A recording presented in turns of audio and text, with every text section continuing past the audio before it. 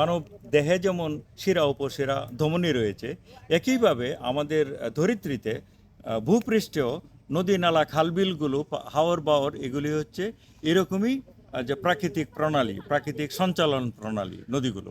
এটা আসলে আমাদের রক্ত সঞ্চালনের মতোই কাজ করে। এবং এগুলি যদি ক্ষতিগ্রস্ত হয়, মানুষের যদি ব্রেনে রক্ত সঞ্চালন বন্ধ হয়ে যায়, তাহলে আমরা একটা স্ট্রোক বলি, মানুষ মারাও যেতে পারে। হার্টে যদি রক্ত সঞ্চালন বন্ধ হয়ে যায়, এতে হার্ট অ্যাটাক বলে। পায়ে যদি রক্ত সঞ্চালন বন্ধ হয়ে যায়, পায়ে এটা গ্যাংগ্রিন হয়। একইভাবে নদীগুলো যে প্রবাহিত হচ্ছে প্রাকৃতিক নিয়মে, সেগুলি যদি বিভিন্নভাবে বাধাগ্রস্ত হয়, তারও কিন্তু এরকম কিছু পার্শ্ব প্রতিক্রিয়া আমরা দেখি। দু একটা উদাহরণ দিই, যেমন গঙ্গাতে ফারাক্কা ব্যারাজ সহ উজানে আরও অনেকগুলো বাঁধ এবং ব্যারাজ রয়েছে।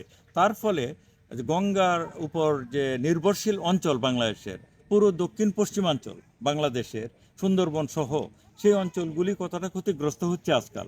এবং সেখানে যে লবণাক্ততা বাড়ছে এবং আমাদের সুন্দরী বন সেখানে ঝুঁকির মুখে পড়েছে। লক্ষ কোটি মানুষের জীবনযাত্রায় কৃষি, সেচ, পানীয় জলের যে অসুবিধা হচ্ছে, সেটা তো এরকম রোগাগ্রস্ত প্রকৃতিরই একটা উদাহরণ।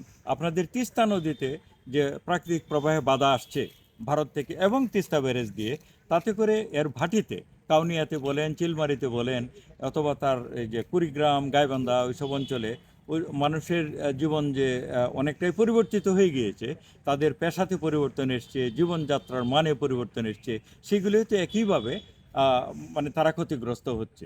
তো মানুষের রক্ত সঞ্চালনে বাধা হলে যেমন শরীর অঙ্গ প্রত্যঙ্গ নানানভাবে ক্ষতিগ্রস্ত হয়, এমনকি মৃত্যুও হতে পারে।